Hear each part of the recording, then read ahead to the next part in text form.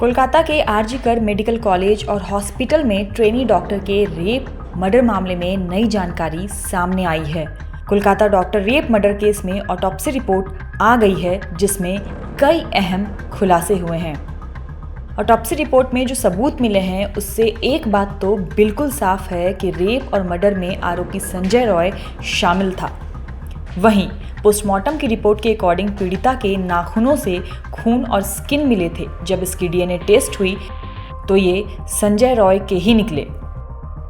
Report के मुताबिक गला दबाने से ही डॉक्टर की जान गई थी। पीड़िता के शरीर पर चोट के 16 निशान मिले थे। शरीर के साथ ही चेहरे पर भी खरोंच वाले जख्म मिले हैं। पीड़िता के गले, नाक, होंठ, गर्दन, घुटनों पर खरोंच के निशान थे। सिर की मांसपेशियों, गर्दन और शरीर के अन्य हिस्सों में इंटरनल चोटें भी मिली हैं। ऑटोप्सी रिपोर्ट में ये आशंका जताई गई है कि जब ट्रेनी डॉक्टर पर हमला हुआ तब वो आधी नींद में थी और अचानक हुए इस हमले से खुद को बचाने के लिए डॉक्टर ने चीखने की कोशिश की होगी, मगर आरोपी ने उसका मुंह दबा दिया होगा और फिर उसने गला घोंटकर उसे मौत के घाट उतार दिया। और इसी वजह से ट्रेनी डॉक्टर की थायराइड कार्टिलेज भी टूट गई।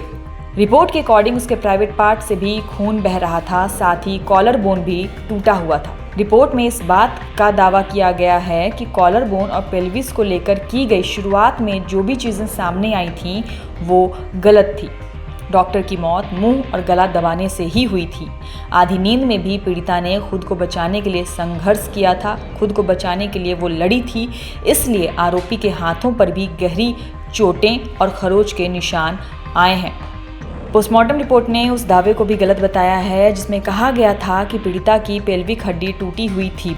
बता दें कि इस केस की जांच अब सीबीआई कर रही है। आरोपी संजय रॉय भी सीबीआई की हिरासत में है। अभी तक जांच के दौरान सीबीआई ने पीड़िता के माँ पिता के अलावा मेडिकल कॉलेज के पूर्व प्रिंसिपल से भी पूछताछ की है।